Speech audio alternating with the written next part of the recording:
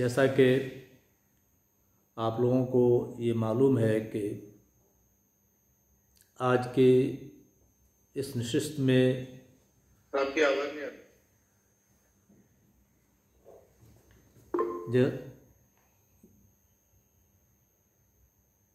السلام علیکم ورحمۃ اللہ وبرکاتہ۔ السلام علیکم ورحمۃ اللہ وبرکاتہ۔ آواز جاری ہے؟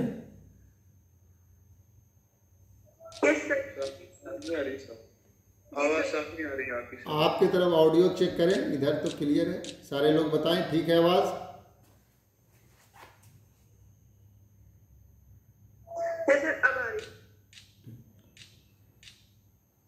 آج میری گفتگو کا موضوع ہے اصلاح معاشرہ سے متعلق قرآن مجید کی ہدایات و تعلیمات۔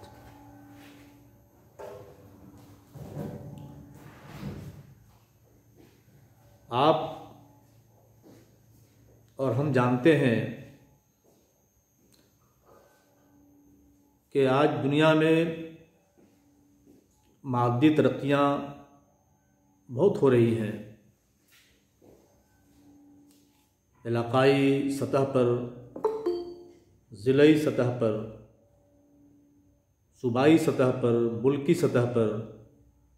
اور بین الاقوامی سطح پر ترقیاں ہو رہی ہیں۔ فلک بوس عمارتیں، دیدادیب مناظر، رہنے سہنے کے بہت ہی دلکش معیار، اکل و شرب، کھانے پینے اور تمام قسم کے عیش و عشرت کے سامان اور ہر طرح کے تعیش کے سامان اس دنیا کے اندر موجود ہیں۔ انسان مادی ترقیوں کے لحاظ سے بہت بلندی پر جا چکا ہے اور سائنٹیفک جو ترقیاں ہیں وہ بھی عروج پر ہیں، لیکن اگر آج کی سوسائٹی میں اور آج کے معاشرے میں کمی ہے تو اس بات کی کمی ہے کہ امن نہیں ہے، آشتی نہیں ہے، سکون نہیں ہے، چین نہیں ہے، رواداری کا فقدان ہے، ایثار کا فقدان ہے، ایک دوسرے کے کام آنے کے جذبے کا فقدان ہے، بڑوں کی عزت و احترام اور چھوٹوں سے شفقت و محبت کا فقدان ہے، اور سب سے بڑی چیز یہ کہ جو مادی ترقیاں شباب پر آ رہی ہیں، آدمی روحانی لحاظ سے اتنا ہی نیچے گرتا چلا جا رہا ہے، اسپریچول لحاظ سے اتنا ہی نیچے گرتا چلا جا رہا ہے۔ علامہ اقبال نے کیا خوب کہا تھا کہ ڈھونڈنے والا ستاروں کی گزرگاہوں کا اپنے افکار کی دنیا میں سفر کر نہ سکا، جس نے سورج کی شعاؤں کو گرفتار کیا زندگی کی شب تاریک سحر کر نہ سکا، اپنی حکمت کے خم و پیچ میں الجھا ایسا آج تک فیصلہ نفع و ضرر کر نہ سکا۔ آج دنیا میں طرح طرح کے نظریات، طرح طرح کی آئیڈیالوجیز اور طرح طرح کے افکار و خیالات پائے جا رہے ہیں، اور مسائل کے حل کے لیے، مشکل کشائی کے لیے، پریشانیوں کے حل کے لیے رسمی طور پر بھی اور غیر رسمی طور پر بھی، فارمل طریقے سے بھی اور انفارمل طریقے سے بھی علاقائی سطح پر، ضلعی سطح پر، صوبائی سطح پر اور ملکی اور بین الاقوامی سطح پر سیمینارز ہو رہے ہیں، سمپوزیم ہو رہے ہیں اور مقالات اور مباحث کی مجلسیں منعقد ہو رہی ہیں اور ڈائیلاگس ہو رہے ہیں، لیکن سچائی یہ ہے کہ جس مسئلے کے لیے یہ سیمینار اور سمپوزیم اور یہ کانفرنسز منعقد کی جا رہی ہیں، وہ اور مسئلے بڑھتے چلے جا رہے ہیں۔ مرض بڑھتا گیا جو دوا کی۔ اس دنیا کے اندر، دنیا جو ایک تجربہ گاہ ہے، اس تجربہ گاہ کے اندر آج ضرورت اس بات کی ہے کہ جس طرح مختلف ازموں کو آزمایا جا رہا ہے یا آزمایا جا چکا ہے، مختلف افکار و خیالات سامنے آ رہے ہیں اور مسائل کے حل کے لیے، آئیڈیل معاشرے کے قیام کے لیے، آئیڈیل انسان کے شخصیت کی تعمیر کے لیے اور ایک نمونے کے معاشرے کی تشکیل کے لیے جو اقدامات کیے گئے ہیں ماضی میں اور اب تک کیے جا رہے ہیں، میں نے جیسا کہ عرض کیا کہ مسائل اور بھی پیچیدہ تر ہوتے چلے جا رہے ہیں۔ ان تمام معاملات میں اگر واقعی ہم اور آپ اور دنیا یا وہ لوگ جو سیمینار اور سمپوزیمز کے قائل ہیں اور اس طرح کی محفلیں اور مجلسیں منعقد کرتے ہیں، اس طرح کے مباحث کا اہتمام کرتے ہیں، ان کو بڑی سنجیدگی سے سوچنا چاہیے کہ آخر ان مسائل کا حل کیا ہے، اور ان مسائل کے حل کے لیے جہاں بہت سے ازمز ہیں، جہاں بہت سے آئیڈیالوجیز ہیں، جہاں بہت سے طریقے ہیں، ان میں ایک ازم، ایک ریلیجن، ایک طریقہ اسلام کا طریقہ ہے، مذہب اسلام ہے۔ آج ضرورت اس بات کی ہے، انسانیت کے خیرخواہوں کو اس بات کی دعوت دی جاتی ہے، سوسائٹی کے امن اور آشتی کے علمبرداروں کو اس بات کی دعوت دی جاتی ہے کہ آج اسلام کو نسخہ شفا کے طور پر تجربہ گاہ کی میز پر، تجربہ گاہ میں تجربے کی میز پر رکھیں اور صحیح معنوں میں بڑی سنسیریٹی کے ساتھ، انتہائی اخلاص کے ساتھ اسلامی تعلیمات کو، اسلام کے منشور قرآن مجید کی تعلیمات کو وہ لائحہ عمل بنا لیں، تو مجھے یقین ہے کہ مسائل حل ہوں گے، امن اور آشتی کا گہوارہ بنے گا ایک معاشرہ، ایثار، اخلاص، محبت، دوسروں کی عزت اور شفقت اور محبت، وہ ساری چیزیں، وہ سارے عناصر اس سوسائٹی اور معاشرے کے اندر فروغ پائیں گے، جن کی بنیاد پر ایک صالح معاشرہ عمل میں آتا ہے یا صالح معاشرے کا وجود عمل میں آتا ہے۔ دیکھیے، اسلام جو ایک نظام زندگی ہے، یہ نظام زندگی صرف مسلمانوں کا نظام زندگی نہیں ہے، یہ نظام زندگی پوری دنیا انسانیت کے لیے، یہ مذہب اسلام پوری دنیا انسانیت کا مذہب ہے۔ یہی وجہ ہے کہ آپ اور ہم سب یہ جانتے ہیں کہ صرف اسلام پر عمل کرنا ہی کافی نہیں ہے، بلکہ اپنی حیثیت اور صلاحیت کے مطابق اسلام کو سوسائٹی تک، معاشرے تک اور دنیا انسانیت تک پہنچانا بھی فریضہ ہے آپ کا اور ہمارا۔ اسلام ایک امانت ہے اور یہ امانت دنیا انسانیت تک پہنچنی ہے، یہ امانت سوسائٹی تک پہنچنی ہے۔ اس اسلام کا جو منشور ہے قرآن مجید، اس کا جو مینیفیسٹو ہے قرآن مجید، اس مینیفیسٹو کو انسانیت کا مینیفیسٹو بنا کر کے پیش کرنا ہے۔ اور صحیح بات یہی ہے کہ اگر اسلام نظام زندگی ہے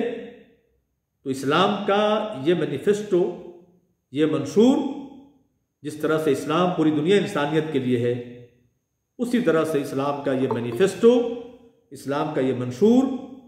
پوری دنیا انسانیت کے لیے ہے۔ قرآن مجید پر ہمارا اور آپ کا ایمان ہے، ہم اور آپ سب ایمان رکھتے ہیں قرآن مجید پر کہ اللہ کی کتاب ہے، منزل من اللہ ہے، اور بھی ہم آسمانی کتابوں پر ایمان رکھتے ہیں، کم و بیش 100 کتابیں اور صحیفے ہیں، ان سب پر ہمارا ایمان اور آپ کا ایمان ہے۔ لیکن آپ کی اطلاع کے لیے عرض یہ ہے کہ اللہ رب العزت نے کسی بھی کتاب کے سلسلے میں، قرآن مجید کے علاوہ کسی بھی کتاب کے سلسلے میں حفاظت کا ذمہ نہیں لیا۔ کوئی بھی کتاب، کوئی بھی صحیفہ، انجیل ہو، زبور ہو، تورات ہو، دوسرے ہو، صحف ابراہیم اور موسیٰ ہو، دوسرے تمام صحیفے اور کتابیں ہوں، ان کتابوں میں سے کسی کتاب کے بارے میں، ان صحیفوں میں سے کسی صحیفے کے بارے میں اللہ تبارک و تعالیٰ نے حفاظت کا ذمہ نہیں لیا۔ اور غالباً اس لیے کہ اس قرآن مجید کو پوری دنیا انسانیت کے لیے منشور بنانا تھا، پوری دنیا انسانیت کے لیے ضابطۂ زندگی بنانا تھا، اور اس لیے بھی کہ قرآن مجید کو ساری کتابوں میں افضل قرار دینا تھا، اور قرآن مجید ہی کو قیامت تک کے لیے اس دنیا میں، اس زمین پر جاری و ساری کرنا تھا، اور امت مسلمہ کو اس قرآن مجید کا امین بنانا تھا۔ آج امت مسلمہ قرآن مجید کی امین ہے، اور قیامت تک امین رہے گی امت مسلمہ۔ اور یہ جو امانت ہے انسانیت کی، اس امانت کو انسانیت تک پہنچانا آپ کا اور ہمارا آج فرض ہے۔ قرآن مجید کی حفاظت کے سلسلے میں اللہ تبارک و تعالیٰ نے فرمایا اِنَّا نَحْنُ نَزَّلْنَا الذِّكْرَ وَإِنَّا لَهُ لَحَافِظُونَ، بلا شبہ ہم نے اس کتاب کو جو سراپا ذکر ہے نازل کیا ہے، اور ہم ہی اس کی حفاظت کرنے والے ہیں۔ قرآن مجید کے بالکل مقدمہ کتاب میں شروع میں یہ بات فرمائی گئی کہ ذَلِكَ الْكِتَابُ لَا رَيْبَ فِيهِ هُدًى لِّلْمُتَّقِينَ، یہ وہ کتاب ہے کہ جس کے اندر کوئی شک و شبہ نہیں، جس کے اندر کوئی ڈاؤٹ نہیں، کوئی کنفیوژن نہیں، اور یہ ہدایت ہے ان لوگوں کے لیے جو متقی بننا چاہتے ہیں۔ متقیوں کے لیے ہدایت، یہ بات سمجھ میں نہیں آتی کہ یہ ترجمہ کیا جائے یا یہ سمجھا جائے کہ متقیوں کے لیے ہدایت ہے۔ جو لوگ متقی بننا چاہتے ہیں، جو اللہ سے ڈرنے والے لوگ ہیں، ان کے لیے یہ کتاب ہدایت ہے۔ یہاں یہ مسلمین نہیں کہا جا رہا ہے کہ یہ مسلمین کے لیے کتاب ہدایت ہے۔ اور اگر کہیں ہے قرآن مجید کے اندر کہ ہدایت ہے مسلمین کے لیے، تو مسلمین سے مراد یہ قطعاً نہیں ہے کہ مسلم کمیونٹی، بلکہ جو اپنے آپ کو اسلام کے معنی ہوتے ہیں سرنڈر کرنا، اور مسلم کے معنی ہوتے ہیں سرنڈر کرنے والا، جو اپنے آپ کو سرنڈر کر دے اللہ کے آگے، اللہ کی مرضی کے آگے، ان کے لیے یہ کتاب ہدایت بن سکتی ہے۔ تو یہ کتاب عالمگیر کتاب ہے۔ جو موضوع ہے آپ کا کہ یہ کتاب کس طرح سے گائیڈ لائنز فراہم کرتی ہے، کس طرح سے اس کے ڈائریکٹیوز ہیں جو کسی سوسائٹی کو آئیڈیل بنانے میں معاون و مددگار ہوتے ہیں اور بڑا اہم رول ادا کرتے ہیں۔ آپ دیکھیے، ظاہر ہے پوری کتاب قرآن مجید، پورا قرآن مجید، پوری کتاب ان تعلیمات سے، ان ہدایات سے مرصع ہے، مزین ہے، کہ جن کی بنیاد پر ایک صالح شخصیت کی تعمیر عمل میں آتی ہے، انفرادی طور پر اور اجتماعی طور پر ایک صالح معاشرے کی تشکیل عمل میں آتی ہے۔ لیکن میں آج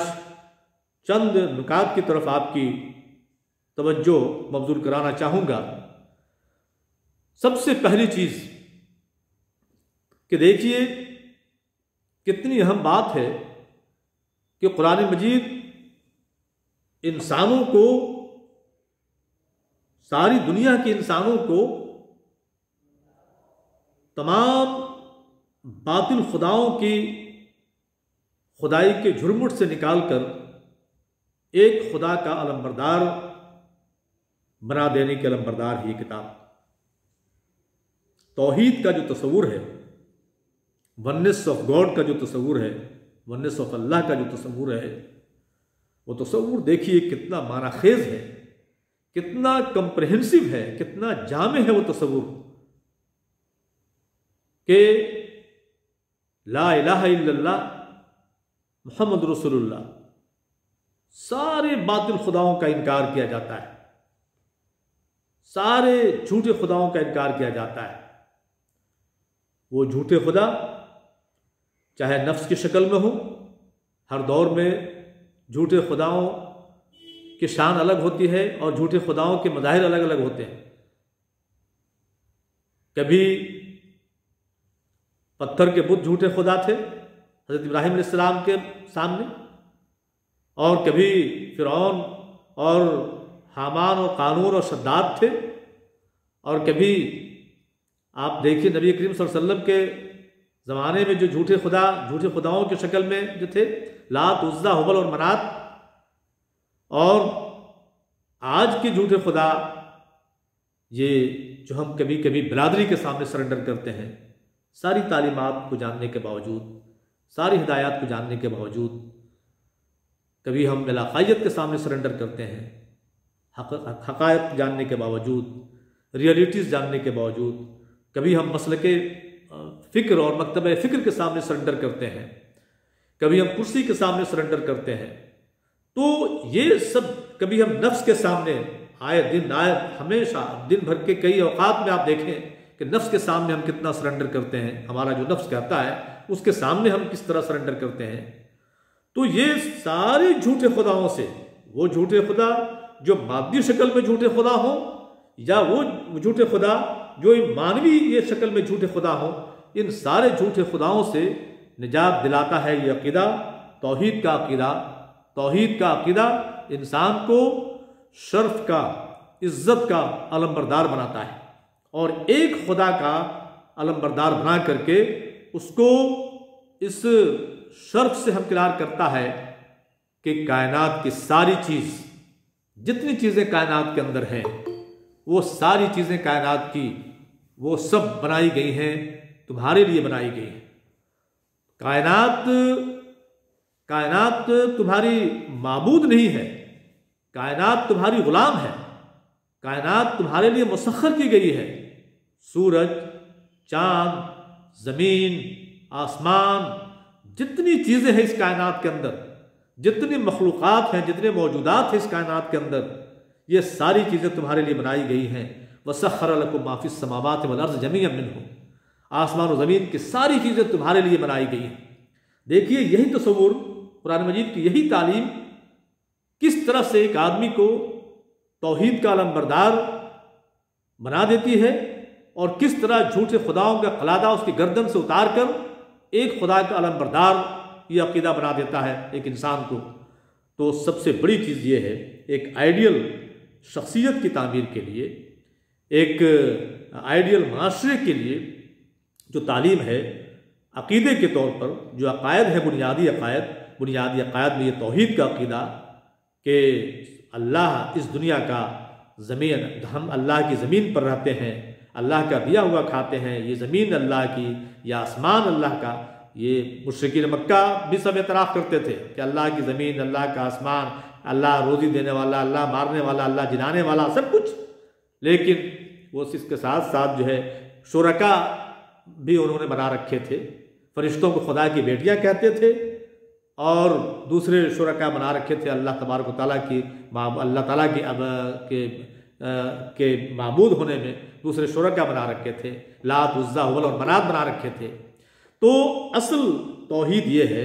اصل خدا کو ماننا یہ ہے کہ ہم سارے جھوٹے خداؤں کا انکار کر کے، لا الہ جو ہم کہتے ہیں وہ ہم سارے جھوٹے خداؤں کا انکار کرتے ہیں، جھوٹے خداؤں کا انکار کر کے ایک اللہ کے علمبردار بن جائیں، اور یہ کائنات کی ساری چیزیں ہماری خدمتگار ہیں۔ یہ عقیدہ، توحید کا عقیدہ آپ کو اور ہمیں سکھاتا ہے، انسانیت کو سکھاتا ہے توحید کا یہ عقیدہ کہ کائنات کی ساری چیز خادم ہے تمہاری، اور تم کائنات کے مخدوم ہو۔ تم اگر خادم ہو تو اس رب العزت کے خادم ہو، اس رب الناس کے، ملک الناس کے، الہ الناس کے خادم ہو،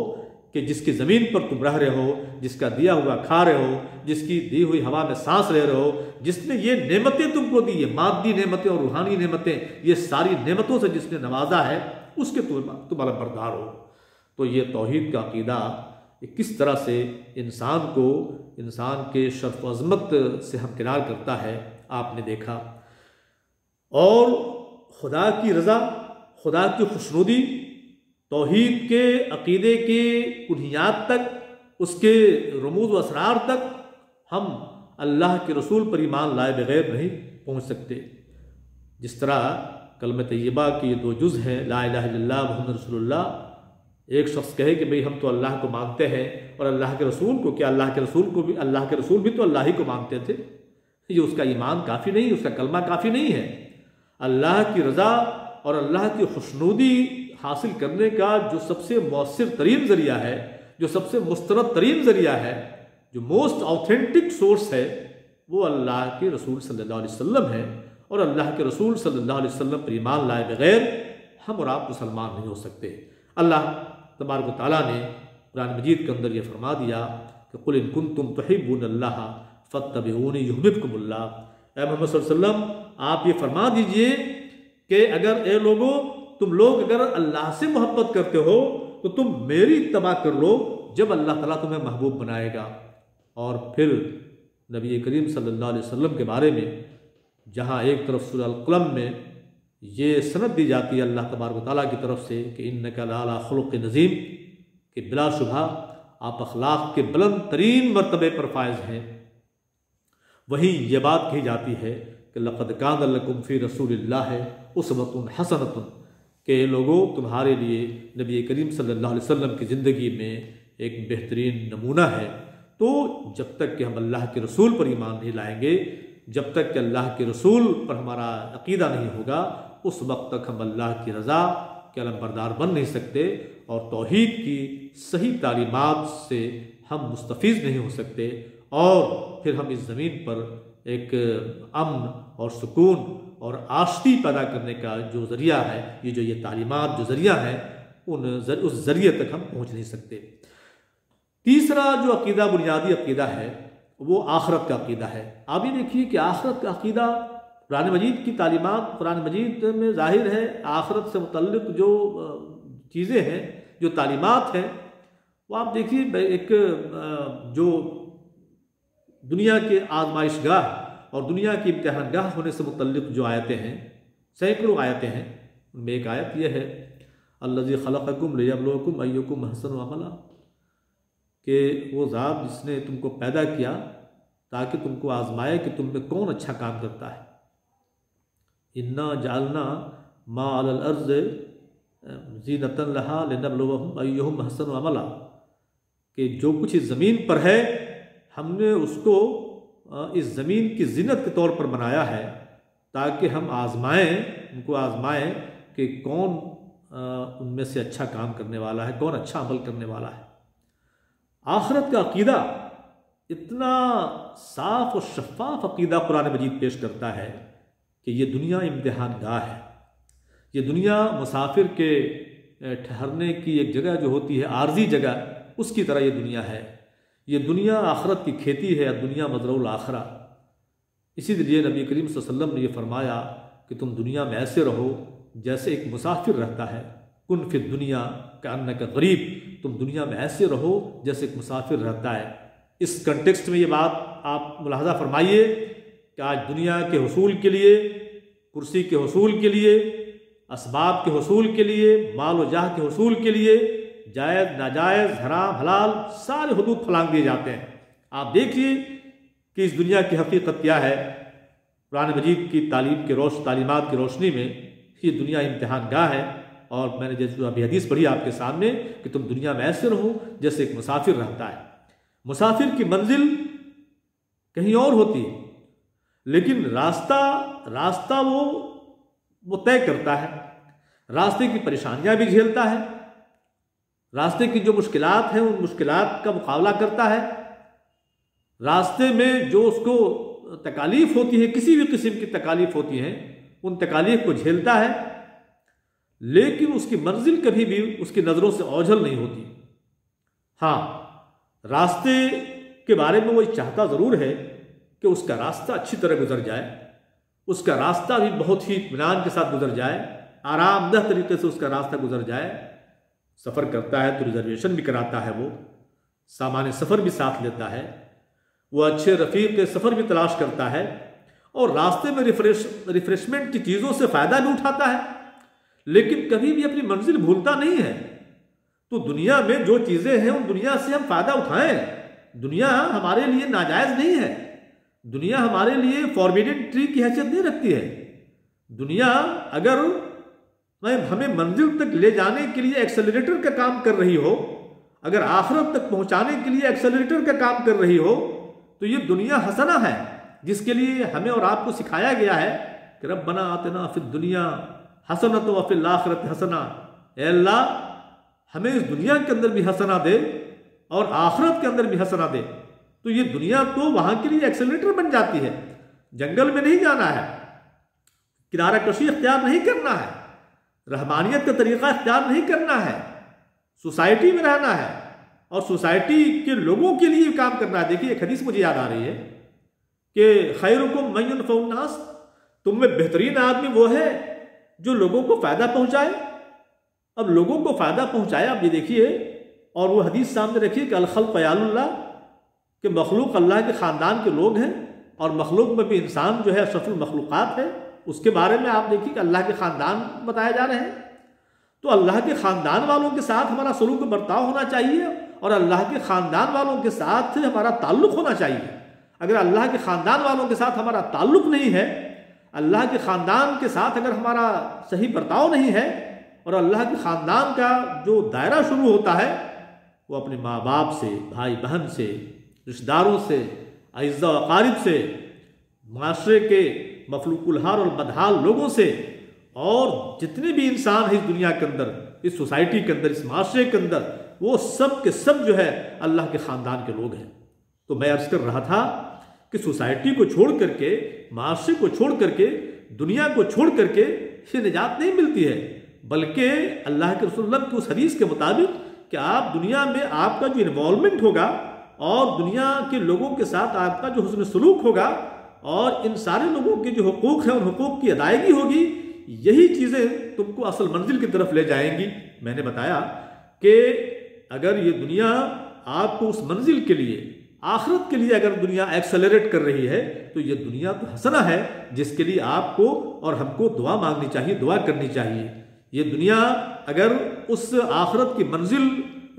کے لیے جو ہے راہ ہموار کر رہی ہے تو اس دنیا کو اختیار کرنا چاہیے، جائز حدود کے اندر دنیا کمانے کی کوشش کرنی چاہیے.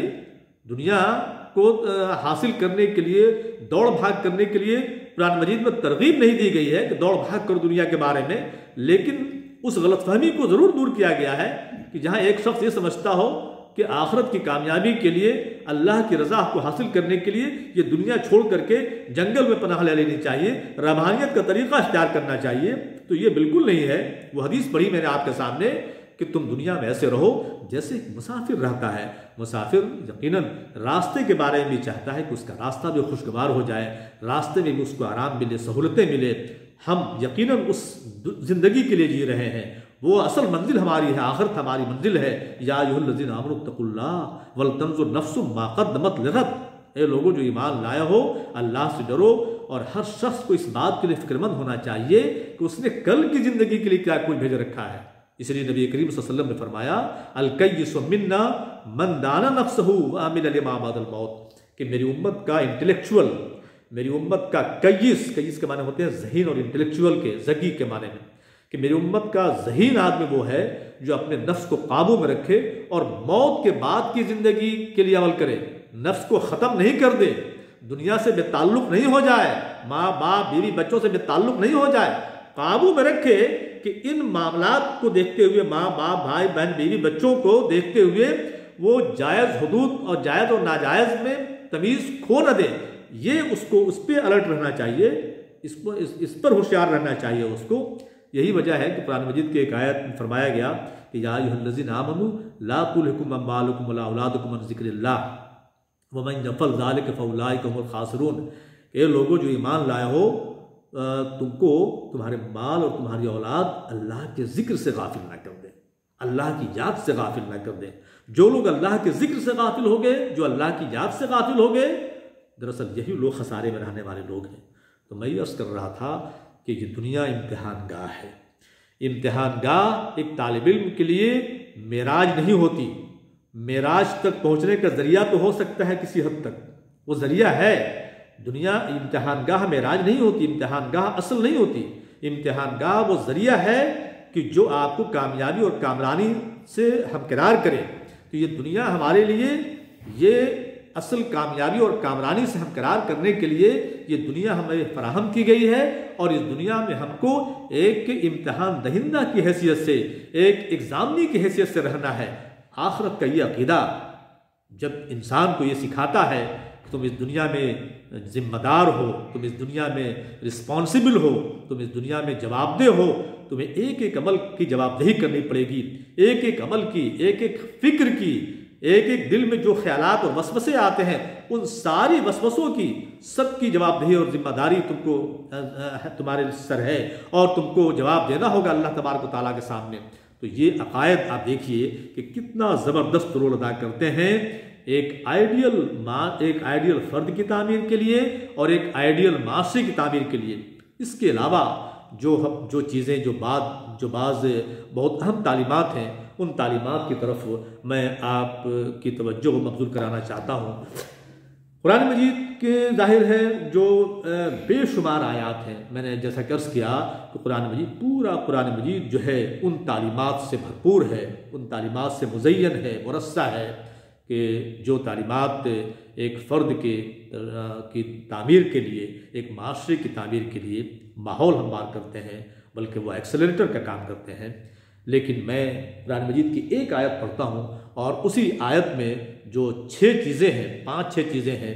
3 چیزیں وہ ہیں جو آپ کو کرنا ہے، جو مثبت طریقے سے بتائی گئی ہیں، اور 3 چیزیں وہ ہیں جو نگیٹو انداز سے ہیں کہ جو آپ کو نہیں کرنا ہے، جس سے آپ کو باز آنا ہے۔ وہ چیزیں ہیں جس کو آپ 6 فارمولاز آف لائف بھی کہہ سکتے ہیں، کہ یہ 6 فارمولے ہیں، اور ان فارمولوں پر اگر عمل کر لیا جائے، ان اصولوں پر اگر عمل کر لیا جائے تو یقیناً جو ہے ایک سوسائٹی بہت خوشگوار سوسائٹی بن سکتی ہے، آدمیوں کی سوسائٹی، انسانوں کی سوسائٹی بن سکتی ہے، اور یقیناً یہ سوسائٹی انسانیت کی معراج تک جا سکتی ہے۔ قرآن مجید کی آیت سورہ النحل کی آیت ہے، ان اللہ یامر بالعدل والاحسان وایتاء ذی القربی وینہی عن الفحشاء والمنکر والبغی۔ بلا شبہ اللہ تبارک و تعالیٰ تمہیں حکم دیتا ہے عدل کا، دیکھیے عدل کا حکم دیتا ہے، اور احسان کا حکم دیتا ہے، میں وضاحت کرتا ہوں، اور قریبی رشتہ داروں کو دینے کا حکم دیتا ہے، اور فحشا سے روکتا ہے، منکر سے روکتا ہے، اور بغاوت سے روکتا ہے۔ یہ دیکھیے 6 پرنسپلس ہیں، 6 پرنسپلس آف لائف ہیں، یہ 6 اصول ہیں، 6 ہدایات ہیں۔ ان 6 ہدایات کو آپ پیش نظر رکھیں۔ سب سے پہلی ہدایت جو دی گئی، سب سے پہلی تعلیم جو دی جا رہی ہے قرآن مجید کی اس آیت کریمہ کے اندر، کہ عدل کا رویہ اختیار کرنا چاہیے۔ آج پوری دنیا کے اندر عدل کے لیے، بھئی عدل اور انصاف، پوری دنیا یہ چاہتی ہے کہ عدل کا ماحول ہو، انصاف کا ماحول ہو، اور کسی کے کم از کم وہ دنیا کا ہر فرد چاہتا ہے کہ اس پر ظلم نہ ہو۔ کسی پر ظلم ہو، میں یہ نہیں کہہ رہا ہوں کہ وہ یہ بھی چاہتا ہے، اگر وہ یہ چاہنے لگے کہ کسی پر بھی ظلم نہیں ہو، سب کے ساتھ انصاف ہو، تو سوسائٹی بہت آئیڈیل بن جائے گی. یقیناً سوسائٹی اور معاشرہ جو آئیڈیل بنے گا. عدل کا حکم دیتا ہے. عدل سے مراد کیا ہے؟ دیکھیے ایک حدیث مجھے یاد آتی ہے کہ بخاری و مسلم کی حدیث ہے کہ نبی کریم صلی اللہ علیہ وسلم نے فرمایا کہ قیامت کے روز 7 قسم کے لوگ ایسے ہوں گے کہ جن کو اللہ تبارک و تعالیٰ کا خاص سایہ نصیب ہوگا. خاص سایہ نصیب ہوگا. ان میں سے ایک سب سے پہلا شخص ہے امام عادل. اب دیکھیے امام عادل کے بارے میں بتایا جا رہا ہے. انصاف پسند امام، انصاف پسند لیڈر، انصاف پسند پیشوا، رہنما، رہبر. امام کے معنی لیڈر، رہبر، رہنما سب آتے ہیں. ہم اصطلاح میں امام صاحب کہہ دیتے ہیں، مسجد کے امام کو کہہ دیتے ہیں. اسلامی حکومت ہوگی تو امام جو ہے سربراہ مملکت ہوگا وہ امام ہوگا. لیکن امام کے معنی لیڈر کے ہیں. اور آپ کی اطلاع کے لیے میں بتاؤں آپ کو کہ یہ صرف امام کو بشارت نہیں ہے اس حدیث پاک کے اندر کہ قیامت کے روز 7 قسم کے لوگوں کو جو اللہ تعالیٰ خاص سایہ نصیب کرے گا، خاص سائے میں رہیں گے 7 افراد، جس میں سب سے پہلا شخص ہے امام عادل، انصاف پسند امام. یقیناً وہ امام بھی ہے، وہ امام ہے، وہ رہبر ہے، وہ رہنما ہے، وہ حکمراں ہے کہ جو انصاف پسندی سے کام لیتا ہے، رعایا کے ساتھ عدل سے کام لیتا ہے، انصاف کو اپنا شیوہ حیات بناتا ہے اور مظالم کے سدباب کی کوشش کرتا ہے. وہ چونکہ حکمراں ہے، سربراہ ہے، اور حکمراں اور سربراہ جو ہوتا ہے اس کے نقش قدم پر لوگ چلنے والے ہوتے ہیں عام طور پر بالعموم. تو الناس علی ایک مفہوم ہے حدیث کا کہ لوگ جو ہے اپنے یہ فرمانرواؤں کے نقش قدم پر ہوتے ہیں. تو یہ بات آپ دیکھیے کہ وہ امام ہے کیونکہ اس کو بہت سے مصائب اور پریشانیاں بھی جھیلنا ہے، اس کو بہت سے مسائل سے نبردآزمہ ہونا ہے، اس کو پریشانیوں کا سامنا کرنا ہے. راہبر ہے، رہنما ہے، اس لیے وہ امام بھی مراد ہو سکتا ہے، مسجد کا امام بھی مراد ہو سکتا ہے کہ مسجد کے امام کی انصاف پسندی یہ ہے کہ جو اس کی ذمہ داریاں ہیں اپنی ذمہ داریوں کے ساتھ انصاف کرے اور کسی کے ساتھ جو ہے مقتدین میں سے کسی کے ساتھ جو ہے ناانصافی نہ کرے. ناانصافی اس سینس میں کبھی تو دیکھتا ہے کہ بھائی فلاں پروفیسر صاحب ابھی نہیں آئے ہیں، ذرا سا 2 منٹ ابھی ویٹ کر لیا جائے، اور فلاں کے بچے ہیں تو ان کو تو ڈانٹ دیا جائے، لیکن فلاں پروفیسر صاحب کے بچے ان کو ڈانٹا پھٹکارا نہیں جائے. اگر مسجد میں غلط کام کر رہے ہوں تو ان کو ڈانٹا نہیں جائے یا ان کو سمجھایا نہیں جائے. تو مسجد کے امام کی بھی ذمہ داریاں ہیں، وہ ذمہ داریاں آپ اور ہم سب جانتے ہیں. اس کے علاوہ یہ ذمہ داریاں بھی ہیں کہ وہ اس طرح کی انصاف پسندی کا ثبوت دے. اور سب سے بڑی چیز یہ ہے کہ جو اپنی ذمہ داریاں اس کی ذمہ داریوں سے انصاف پسندی کا ثبوت دے، عدل کرے. اسی طرح سے یہ کسی ادارے کا امام ہوتا ہے، ادارے کا رہبر اور رہنما ہوتا ہے. ادارے کا امام اگر عدل پسند ہے، ظاہر اس کی ذمہ داریاں بہت ہیں، اس لحاظ سے اس کو یہ بات اس کے لیے یہ ہے کہ اللہ تبارک و تعالیٰ اگر انصاف پسندی کا رویہ اختیار کرتا ہے، عادل ہے وہ امام، اگر ادارے کا وہ رہبر جو ہے عادل ہے تو اللہ تبارک و تعالیٰ اس کو قیامت کے روز خاص سائے میں جگہ دے گا. لیکن یہ آپ دیکھیے کہ اس میں ہر شخص آ جاتا ہے، امت مسلمہ کا ہر فرد آ جاتا ہے، اس طور پر آ جاتا ہے کہ اگر آپ میں سے 3 لوگ ہیں، 3 میں سے جو زیادہ ذمہ دار ہے، جو زیادہ عقل والا ہے، جو زیادہ سمجھدار ہے وہ امام ہے وہ 2 کا. 2 میں سے جو زیادہ ذمہ دار ہے وہ اس 1 کا امام ہے وہ. تو اس طور پر آپ دیکھیے کہ ہر شخص اس کے اندر شامل ہو جاتا ہے. انصاف پسند امام کو جو بشارت دی گئی ہے، گویا انصاف پسند آدمی کو بشارت دی جا رہی ہے. اور انصاف پسندی عام طور پر ہماری سوسائٹی میں، ہمارے معاشرے میں یہ ایک ماحول ہے کہ اگر کوئی چیز جو ہے اگر ہمارے خلاف پڑ رہی ہو تو ہم چیبہ جبی ہو جاتے ہیں کہ بھئی یہ انصاف کی بات نہیں. بھئی آپ کیسے مفتی ہو گئے اپنے بارے میں فیصلہ کرنے کے لیے؟ اپنے بارے میں حکم دینے کے لیے آپ کیسے مفتی ہو گئے کہ آپ کے بارے میں انصاف نہیں ہو رہا ہے؟ صرف اس لیے کہ آپ کا مفاد جو ہے مجروح ہو رہا ہے اس لیے جو ہے یہ فیصلہ صحیح نہیں ہے. اپنے اوپر بھی اپنے خلاف بھی اگر فیصلہ ہو رہا ہو تو اس فیصلے کو انگیز کرنے کے لیے، اس فیصلے کو برداشت کرنے کے لیے، اس فیصلے کو قبول کرنے کے لیے آپ کے اندر صلاحیت ہونی چاہیے، آپ کے اندر ظرف ہونا چاہیے. انصاف پسندی کی انتہا یہ ہے کہ اگر آپ کے خلاف بھی فیصلہ ہو رہا ہو، آپ کے خلاف بھی اگر جو ہے کوئی معاملہ ہوتا ہے ہو رہا ہو تو آپ اس کو تیار رہنا چاہیے. تو ایک تو یہ کہ عدل قائم کیا جائے، اور دوسری یہ کہ عدل میں یہ بات شامل ہے، عدل میں یہ بات شامل ہے کہ ظلم کے خلاف، ظلم کے علمبردار، ظلم کے خلاف جو آپ کھڑے ہو جائیں، ظلم کے خلاف آپ جو ہے سفارہ ہو جائیں، آپ جو ہے قوامین بالقسط ہو جائیں، انصاف کے علمبردار بن جائیں. اور انصاف کے علمبردار بننے میں یہ بات جہاں یہ ہے کہ جہاں انصاف کی بات کہیں، وہ انصاف کے خلاف جو باتیں ہو رہی ہیں ان کو ختم کرنے کے لیے بھی، جو مظالم ہو رہے ہیں ان مظالم کو ختم کرنے کے لیے بھی جو ہے آپ تیار رہیں. یہ دونوں چیزیں اس کے اندر شامل ہیں. تو یہ بات کہ عدل کا طریقہ اختیار کرو، قرآن مجید کا جو یہ حکم ہے، جو 6 جو قاعدے بتائے ہیں اس آیت کریمہ کے اندر بتائے گئے ہیں، وہ سب سے پہلا یہ ہے کہ عدل کا طریقہ اختیار کرو، اور اس کے بعد دیکھیے فرمایا جا رہا ہے کہ احسان کا طریقہ اختیار کرو. یہ دیکھیے بڑی اہم بات ہے. احسان کیا ہے؟ آپ اور ہم سب جانتے ہیں کہ عام دنیا میں، معاشرے میں، سوسائٹی میں لوگ سمجھتے ہیں کہ بھئی احسان، ہم نے اس کے ساتھ اچھا سلوک کر دیا، کسی کو ہم نے کچھ دے دیا،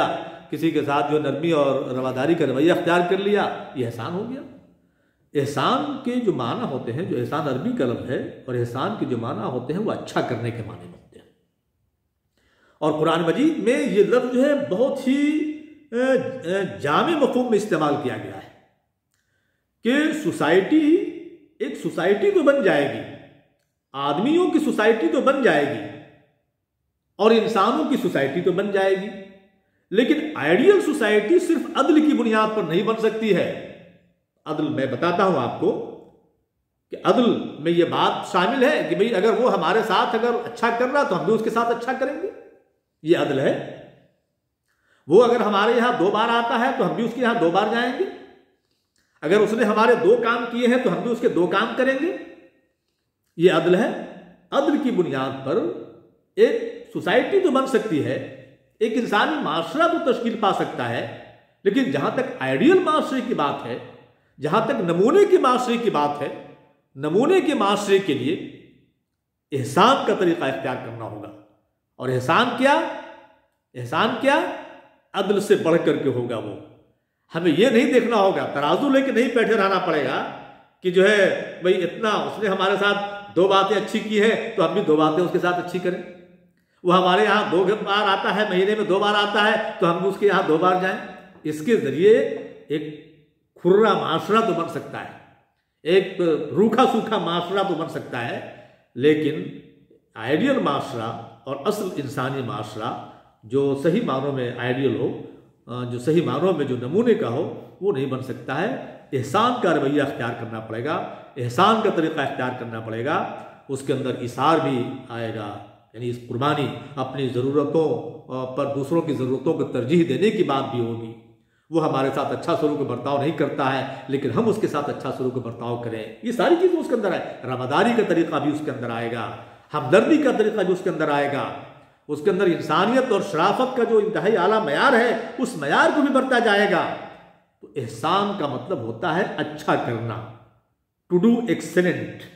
ایکسلنس کے ساتھ کوئی کام کرنا. اب وہ میں آپ کو حدیث جبریل بتاؤں، آپ میں سے بہت سے لوگ جانتے ہوں گے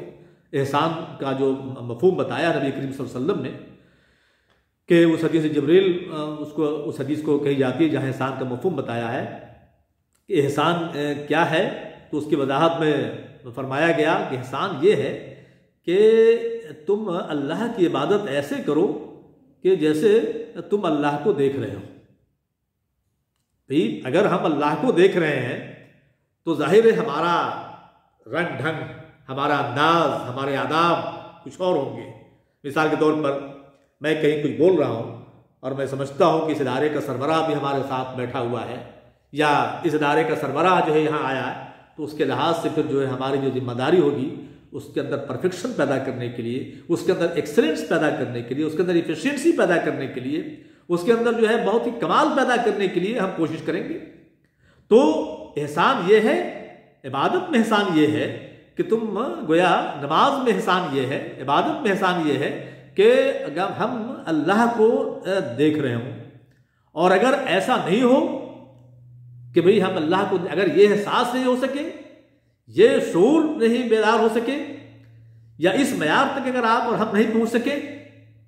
جو عام طور پر نہیں پہنچتے ہیں، تو کم از کم یہ تو ہو، یہ یقین تو ہو کہ اللہ ہم کو دیکھ رہا ہے، اللہ ہم کو دیکھ رہا ہے۔ تو یہ عبادت میں احسان ہے۔ اب احسان جو ہے ذمہ داریوں کے ساتھ احسان کیا ہے، فرائض اور واجبات کے ساتھ احسان کیا ہے؟ فرائض اور واجبات کے ساتھ احسان یہ ہے کہ ہم صرف فریضے پر نہیں، جیسا کہ میں نے مثال دے کے بتایا کہ ہم ترازو لے کر کے یہاں نہیں بیٹھے رہیں گے، ایک اچھے معاشرے کی تعمیر کے لیے، ایک اچھی شخصیت کی تعمیر کے لیے ترازو نہیں لے کے بیٹھے رہیں گے کہ اس نے ہمارے ساتھ 2 بار اچھا اخلاق سے پیش آیا ہے 2 بار، اس لیے ہم بھی 2 بار اس کے ساتھ اخلاق سے پیش آئیں گے، بلکہ ہم جو ہے فرائض سے بڑھ کر کے، وہ تو فرض ہو گیا پھر آپ پر، وہ تو فرض ہو گیا، یہ عدل کے اس میں شامل ہو گیا کہ بھئی وہ ہمارے ساتھ اچھا کرتا ہے اس لیے ہم بھی کریں، تو آپ کا فرض ہو گیا۔ لیکن احسان تو یہ ہے کہ وہ اگر ہمارے ساتھ برائی کر رہا ہے، اس نے ہمارے ساتھ اگر 1 اچھائی کی ہے تو ہم 5 اچھائی کرنے کے لیے تیار رہیں۔ تو فرائض میں احسان یہ ہے کہ جو فرائض ہیں، آپ اگر ایک طالب علم ہیں، آپ اگر ایک استاد ہیں، ادارے کے سربراہ ہیں، تو صرف ڈیوٹی والی ذہنیت نہیں ہونی چاہیے، ڈیوٹی والی ذہنیت سے ہٹ کر کے کام کرنا چاہیے۔ ڈیوٹی والی ذہنیت سے ہٹ کر کے جب کام کریں گے، آپ اور ہم جب کام کریں گے، تو یقین جانیے اس کے اندر، کسی بھی کام کے اندر ایکسلنس پیدا ہوگا، اس کے اندر جو ہے بہت ہی پرفیکشن پیدا ہوگا، اس کے اندر کمال پیدا ہوگا، اس کے اندر جو ہے ایک یعنی کہ اس کے اندر جو ہے ایک اچھی صفت پیدا ہوگی، اس کے اندر مضبوطی اور استحکام پیدا ہوگا۔ تو ایک اچھے معاشرے کی تشکیل کے لیے، ایک اچھے سوسائٹی کی تشکیل کے لیے، ایک آئیڈیل معاشرے کی تشکیل کے لیے عدل کے ساتھ ساتھ ضروری ہے کہ احسان کا رویہ اختیار کیا جائے، احسان کا طریقہ اختیار کیا جائے۔ اور تیسری چیز یہ ہے عطاء ذی القربیٰ، کہ قریبی رشتہ داروں کو دینا، اعزاء اور اقربا کو۔ آپ یہ دیکھیے کہ یہ بات دنیا میں جتنے ہم جو کمائی کرتے ہیں، ہمارے پاس جو مال ہے، ہمارے پاس جو دولت ہے، آپ کے پاس جو اثاثہ ہے، اس اثاثے میں، اس مال میں، اس دولت میں آپ کو یہ سمجھنا چاہیے کہ بالعموم سوسائٹی کے دوسرے لوگوں کا بھی حق ہے، بالخصوص ان لوگوں کا حق ہے جو آپ کے اعزاء اور اقربا ہیں۔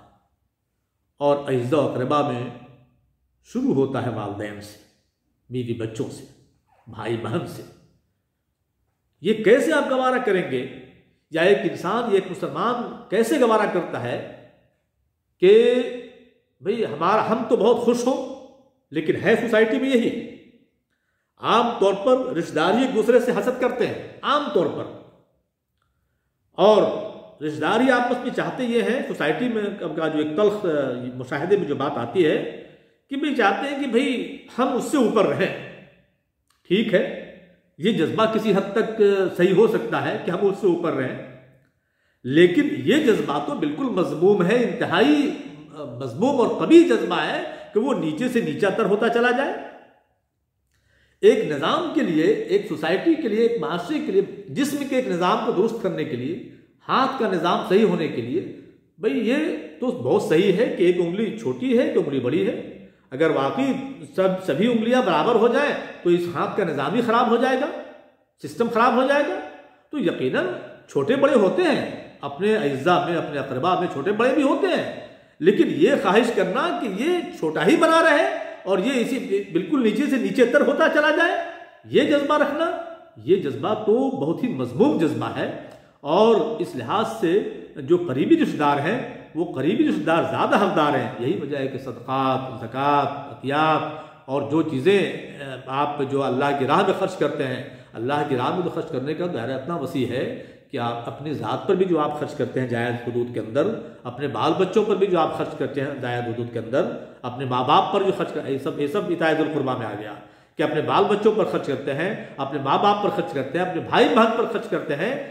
اور معاشرے کے مخلوق الحال لوگوں پر جو خرچ کرتے ہیں، اس کو تو آپ جانتے ہی ہیں کہ وہ اللہ کی راہ میں خرچ کرنا، تو ان لوگوں پر بھی، اپنے اعزاء اور اقربا پر بھی خرچ کرنا، اور اگر جو ضرورت مند اگر 2 لوگ ہیں اور ہمارے پاس گنجائش ہے کہ ہم ایک کو دیں، تو ظاہر ہے ہم اپنے اعزاء اور اقربا میں سے لوگوں کو دیکھیں، یا ہم اعزاء و اقربا میں سے لوگوں کو زیادہ دیں، زیادہ نوازیں، زیادہ دیں، تاکہ کم سے کم جو ہے ایک اعتدال اور ایک توازن برقرار رہے۔ یہ کبھی بھی کوئی بھی غیرت مند شخص یہ برداشت نہیں کر سکتا، کوئی غیرت مند مومن یہ برداشت نہیں کر سکتا کہ جو ہے ہم تو بہت خوشحال بنے رہیں اور ہمارے اعزاء اور اقربا چاہے بہن بھائی کی شکل میں ہوں، ماں باپ کی شکل میں ہوں، اور دوسرے اعزاء اور اقربا کی شکل میں ہوں، وہ نیچے سے نیچے تر ہوتے جائیں، مفلوق الحال اور بدحال بنے رہیں۔ تو یہ تیسری شق ہے یا تیسرا اصول ہے۔ سب سے پہلا یہ اس میں دیکھیے کہ عدل، دوسرا یہ کہ احسان، تو تیسرا یہ ہے کہ اطاعت القربہ، قریبی رشتہ داروں کو دینا۔ یہ 3 چیزیں، اور 3 چیزیں دیکھیے منہیات ہیں۔ کیا فرمایا؟ فحشا سے روکتا ہے، منکر سے روکتا ہے، اور بغی سے روکتا ہے۔ فحشا سے روکنا، منکر سے روکنا، اور بغی سے روکنا۔ فحشا ہر جو قبیح برائی ہے، زناکاری ہے، بدکاری ہے، جھوٹ ہے، چوری ہے، قتل، غارت گری، سب تو ہے ہی، آپ جانتے فحشا۔ اس کے علاوہ جو ان سے متعلق جو برے خیالات دل میں فروغ پا رہے ہوں، دل میں پنپ رہے ہوں، یہ سب فحشا کی فہرست میں آتے ہیں۔ اور ان فحشا کو ختم کرنے کے لیے، ان برائیوں کو ختم کرنے کے لیے، ان آبویس جو ہے جو ایونٹس ہیں ان کو ختم کرنے کے لیے جو قرآن مجید میں ایک ہتھیار بتایا گیا ہے، وہ ہتھیار، سب سے بڑا ہتھیار اور سب سے بڑا عملی مظاہرہ اسلام کا اور ایمان کا، وہ نماز کے بارے میں بتایا گیا کہ ان الصلاۃ تنہا عن الفحشاء والمنکر، کہ بلا شبہ نماز دراصل وہ چیز ہے کہ جو لوگوں کو فحشا سے، ان قبیح کاموں سے نماز روک دیتی ہے اور منکر سے روک دیتی ہے۔ تو یہ فحشا سے روکتا ہے، یہ اللہ تبارک و تعالیٰ، دیکھیے اللہ حکم دیتا ہے عدل کا، احسان کا، اطاعت القربہ کا، اور فحشا سے روکتا ہے۔ دیکھیے فحشا سے رکنا، فحشا سے اگر رکا جائے، ان قبیح کاموں سے اگر رکا جائے، ان برائیوں سے اگر رکا جائے، تو کیا اس میں کوئی شبہ ہے کہ ایک سوسائٹی آئیڈیل سوسائٹی بن سکتی ہے، ایک معاشرہ آئیڈیل معاشرہ بن سکتا ہے۔ اس کے بعد دیکھیے منکر سے روکنے کی بات ہے۔ منکر کے معنی برائی کے معنی میں، عام برائی، جو برائی نون برائی ہے، جو برائی ہے۔ اور آپ کی اطلاع کے لیے میں عرض کروں کہ اسلام صرف اس کا نام نہیں ہے کہ اچھائی کریں، آپ صرف اچھائی کرنا اسلام، کہ بھئی جو پازیٹیو چیزیں ہیں ان پازیٹیو چیزوں کو آپ کرتے رہیں، نماز پڑھیں، روزہ رکھیں، زکوٰۃ دیں، حج کریں۔ بھئی ایک شخص یہ سب کام کر رہا ہو اور سمجھے کہ بس وہ آئیڈیل مسلمان ہو گیا، تو یہ غلط فہمی ہے۔ بھئی نماز پڑھیں، روزہ رکھیں، زکوٰۃ دیں، حج کریں، یہ بنیادیں ہیں، ارکان ہیں، اور ان کو تو کرنا ہے۔ اگر آپ صاحب حیثیت ہیں آپ تو آپ کو حج کرنا ہے، صاحب حیثیت ہے آپ کو زکوٰۃ دینا ہے، اور نماز پڑھنی ہے، ہر حال میں نماز پڑھنی ہے آپ کو۔ اس میں کوئی مالی اور اس کا مسئلہ نہیں ہے۔ آپ اگر اس پوزیشن میں نہیں ہیں، کھڑے ہو کر کے پڑھنے کی پوزیشن میں نہیں ہے، بیٹھ کے پڑھیے، اشارے سے پڑھیے، لیٹ کر کے پڑھیے، نماز کسی بھی حال میں معاف نہیں ہے، سوائے اس کے کہ آدمی موت کے آغوش میں چلا جائے یا پاگل ہو جائے، آدمی بے ہوشی کے عالم میں ہو۔ تو بہرحال یہ سب تو چیزیں تو کرنی ہی ہیں۔ میں عرض کر رہا تھا کہ صرف اچھائیوں کو کرنے کا نام اسلام نہیں ہے، ایمان صرف اچھائیوں کو کرنے کا نام نہیں ہے۔ منکر، میں عرض کر رہا تھا کہ برائیوں سے رکنے کا اور برائیوں سے روکنے کا نام بھی ہے۔ ایک بات اور میں کہنا چاہوں گا کہ اچھائیوں کے کرنے کا اور برائیوں سے رکنے کا نام صرف اسلام نہیں ہے، بلکہ اچھائیوں کے کرنے کا اور اچھائیوں کے حکم دینے کا نام ہے، برائیوں سے رکنے کا اور برائیوں سے روکنے کا نام اسلام ہے اور ایمان ہے۔ تو برائیوں سے رکنا ہے اور برائیوں سے روکنا ہے۔ وہ حدیث میں آپ کو پڑھ دوں، بتا دوں آپ کو، من رأى منکم منکرا فلیغیر بیدہ فإن لم یستطع فبلسانہ فإن لم یستطع فبقلبہ وذلک اضعف الایمان، او کما قال نبی صلی اللہ علیہ وسلم۔ تم میں سے کوئی شخص کسی برائی کو دیکھے تو اس کا فرض ہے، اس کو چاہیے اوبلیگیشن میں ہے، یہ چاہیے کہ اس کو طاقت کے زور سے، ہاتھ سمبولک ہے، طاقت سے اس کو ہاتھ سے روک دے۔ اگر اس حیثیت میں ہے کہ ہاتھ سے اس برائی کو روک سکتا ہے تو ہاتھ سے اس برائی کو روک دے، طاقت سے اس برائی کو روک دے۔ اور اگر وہ سمجھتا ہے کہ ہاتھ سے روکنے میں یا طاقت کا استعمال کرنے میں بڑے پیمانے پر برائی پھیلنے کا خدشہ ہے، یا جو برائی تھی اس سے بڑی برائی سامنے آنے کا خدشہ ہے، یا اس میں آپ کی جان جانے کا خطرہ ہے کہ معلوم ہو کہ دوسرے دن برائی کو برائی کہنے والا بھی کوئی نہیں ہو، تو حکمت عملی کا تقاضا یہ ہے کہ اپنی طاقت کا استعمال روکیں آپ۔ اسلام فساد کا لمبردار نہیں ہے، اسلام امن کا لمبردار ہے، آشتی کا لمبردار ہے۔ اگر اس برائی کو ہاتھ سے روکنے کے بعد اگر فساد پیدا ہو رہا ہو تو ہاتھ کا استعمال روکیں آپ۔ یہ ایمان کا پہلا درجہ ہے، اگر آپ اس حیثیت میں ہیں تو ہاتھ سے روکیں آپ، اور اگر نہیں تو آپ زبان سے روکیں۔ زبان سے روکنا یہ دوسرا درجہ ہے، زبان سے اس برائی کی قباحت بیان کیجیے، شناعت بیان کیجیے، خباثت بیان کیجیے، اس برائی کے اثرات جو اس پر پڑیں گے برائی کرنے والے پر اس کو بیان کیجیے، جو برائی کے اثرات معاشرے پر پڑیں گے اس کو بیان کیجیے، جس انداز سے جتنے اچھے انداز سے بیان کر سکتے ہو بیان کیجیے۔ یہ دوسرا درجہ ہے ایمان کا۔ اور اگر آپ زبان بھی استعمال نہیں کر سکتے ہو سوسائٹی میں، معاشرے میں، مجبور ہیں آپ کسی طرح پریشان، مجبور ہیں، آپ کے اندر صلاحیت نہیں ہے، آپ مجبور ہیں، تو آپ کم از کم دل سے روکیے اس برائی کو۔ دیکھیے عام طور پر اس مفہوم کو پیش کرنے میں ظاہر ہے تھوڑا انصاف نہیں کیا جاتا ہے کہ دل سے روکنے کا مطلب یہ نہیں ہے کہ دل میں برا سمجھیے اور برائی ہے، کھانا بھی ہو رہا ہے، پینا بھی ہو رہا ہے، بریانی بھی کھائی جا رہی ہے، نمائش بھی جایا جا رہا ہے، سب کچھ کیا جا رہا ہے، اور اس کے بعد دل میں کسی وقت جو ہے بھائی دل میں وہ برائی ہے معاشرے کے اندر۔ برائی آپ پر اتنی سوار ہو جائے، آپ کے ذہن پر اور فکر پر اتنا سوار ہو جائے کہ اس برائی کو ختم کرنے کے آپ در پہ ہو جائیں، برائی کو ختم کرنے کے لیے کوئی عملی طریقہ آپ ڈھونڈنے کے لیے فکر مند رہیں۔ آپ ہمیشہ اور ہر وقت آپ کو یہ فکر دیں، جب دل پر آپ کسی برائی کو لے لیں گے تو ظاہر ہے نہ آپ کو کھانا اچھا لگے گا، نہ آپ کو پینا اچھا لگے گا، نہ آپ کو تفریح اچھی لگے گی۔ جب آپ دل پر امتحان کو لے لیتے ہیں تو رات میں نیند بھی نہیں آتی، آپ کو نہیں آتی نیند۔ تو جب دل سے سمجھنے کا مطلب یہ ہے کہ دل پر لے لیجئے برائی کو، اور دل سے روکنے کا مطلب یہی ہے کہ دل پر جب لے لیں گے تو اس کے لیے آپ وہ تدبیریں ڈھونڈیں گے جو ایمان کا دوسرا درجہ ہے، زبان سے روکنے کا یا طاقت سے روکنے کا جو پہلا درجہ ہے، اس کو آپ تلاش کریں گے۔ فرمایا اللہ کے وسلم نے اس کے بعد ایمان کا رائی برابر بھی کسی کے اندر حصہ نہیں۔ اور پھر ایک تیسری چیز جو اس کے اندر جو بتائی گئی، جو چھٹی چیز ہے، ویسے دیکھیے جو اصول بتائے جا رہے ہیں ان میں، کہ بغی سے، بغاوت سے، ظاہر وقت ہوا چاہتا ہے اور آج جمعہ بھی ہے، بغاوت کہتے ہیں کہ عدوان کو، سرکشی کو اور حدود کے تجاوز کرنے کو۔ ایک طرف حدود کے تجاوز کرنے کو بغاوت کہتے ہیں، اور دوسری طرف حقوق سلبی سے بھی تعبیر کی جاتی ہے بغاوت کی۔ حدود تجاوز کرنا، آپ انسان ہیں، اشرف المخلوقات ہیں، آپ کے لیے حد متعین ہے، جانور کے لیے کوئی حد متعین نہیں ہے۔ اگر انسان جانوروں جیسا کام کرنے لگے تو قرآن مجید میں سورہ فرقان کے اندر کہا گیا جانور ہے وہ، بلکہ جانور سے بدتر ہے۔ ایک تو یہ ایک ہوا حدود۔ حقوق سلبی میں اللہ کے حقوق بھی ہیں، اللہ کے بندوں کے بھی حقوق۔ اللہ کے حقوق نماز پڑھنا، روزہ رکھنا، زکوٰۃ دینا اللہ کے بھی حقوق، اللہ کے بندوں کے بھی حقوق، اس لیے کہ اللہ کے بندوں کو زکوٰۃ دی جاتی ہے۔ قرآن مجید کی تلاوت کرنا، نوافل کا اہتمام کرنا، تو یہ اللہ کے حقوق آپ ادا کر رہے ہوں۔ لیکن اللہ کے حقوق تلف ہو جائیں، اس سے زیادہ سیریس ہے کہ اللہ کے بندوں کے حقوق تلف ہوں۔ اللہ کے بندوں، ہم عام طور پر ہمارے یہاں سوسائٹی میں، معاشرے میں عام طور پر اللہ کے حقوق کی طرف تو بہت توجہ دی جاتی ہے اور دلائی جاتی ہے، اور اللہ کے حقوق کے لیے بہت الرٹ رہتے ہیں لوگ، نماز بھی پڑھتے ہیں، تہجد بھی پڑھتے ہیں، نوافل کا اہتمام بھی کرتے ہیں، جماعت میں بھی جایا جاتا ہے۔ لیکن ایک پڑوسی کو کتنا تکلیف ہو رہی ہے، ایک ہمارے دوستوں اور اعزاء و اقربا کو تکلیف ہو رہی ہے، سوسائٹی میں رہنے والے لوگوں کو تکلیف ہو رہی ہے۔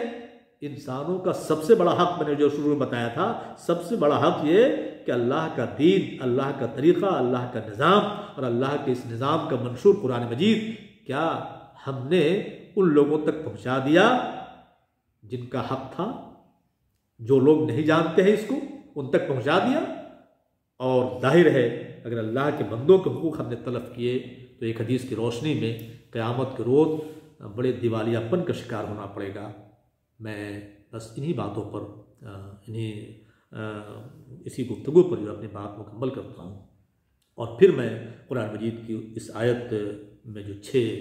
جو پرنسپلز ہیں ان پرنسپلز کو میں بتاتا ہوں کہ کہ عدل کا طریقہ اختیار کرو، احسان کا طریقہ اختیار کرو، ایتائے ذی القربہ کا، قریبی رشتہ داروں کا اعزاء اور اقربا کا لحاظ و خیال اور ان کو دینے کا، ان کو نوازنے کا طریقہ اختیار کرو، فحشا سے رکو، منکر سے رکو اور بغی سے نفرت کرو۔ یہ 6 چیزیں ہیں۔ اگر واقعی ان عقائد کے علاوہ توحید، رسالت اور آخرت کے علاوہ ان 6 چیزوں کو آج ایک شخص اگر اپنا لے تو وہ شخص جو آئیڈیل بن سکتا ہے، اس کی زندگی آئیڈیل بن سکتی ہے، اور اگر ایک معاشرہ اپنا لے تو معاشرہ آئیڈیل بن سکتا ہے۔ وآخر دعوانا ان الحمدللہ رب العالمین۔ جی کوئی کوشچن ہے کہ نہیں کا کچھ ہے تو بتائیں۔ کوئی کوشچن